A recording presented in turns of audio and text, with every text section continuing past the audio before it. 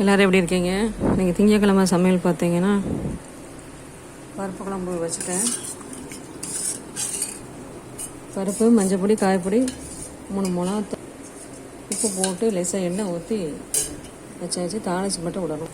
புளிக்கறிக்கு எண்ணெய், கடுகு, வெந்தயம் போட்டு தாளிச்சுட்டு காயை போட்டு கொஞ்சம் நேரம் வதக்கி விட்டு புளி உப்பு போட்டு கரைச்சி ஊற்றி காய் வந்துட்டுருக்கு. மல்லிப்பொடி, வத்தப்பொடி, மஞ்சள் பொடி, காயப்பொடியும் போடுதேன். நல்லா கொதித்து எண்ணெய் பிரிஞ்சு வரவும் ஆஃப் பண்ண வேண்டியதான். கருவேப்பிலை, மல்லி போடணும். முருங்கை பொருள் வச்சுட்டு கொஞ்சோட பருப்பு எடுத்து வச்சுருக்கேன். தடியங்காய் கூட்டுக்கு தடியங்காய் வெந்துட்டுருக்கு. சாதம் வடிச்சிட்டேன். சாதம் மூடி வைக்க முடியல. என் சாதம் என்னென்னு வம்பா போய் தண்ணி போட்டு சோறே வம்பா போகுது. அதனால் நல்லா ஆற போட்டிருக்கேன். தேங்காய் பூ போட்டு அரைச்சி போட்டுட்ருக்கேன்.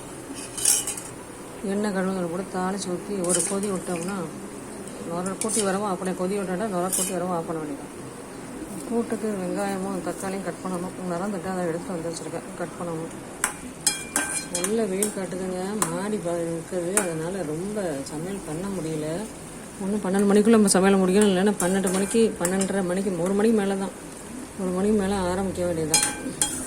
லேட் ஆயிடுது.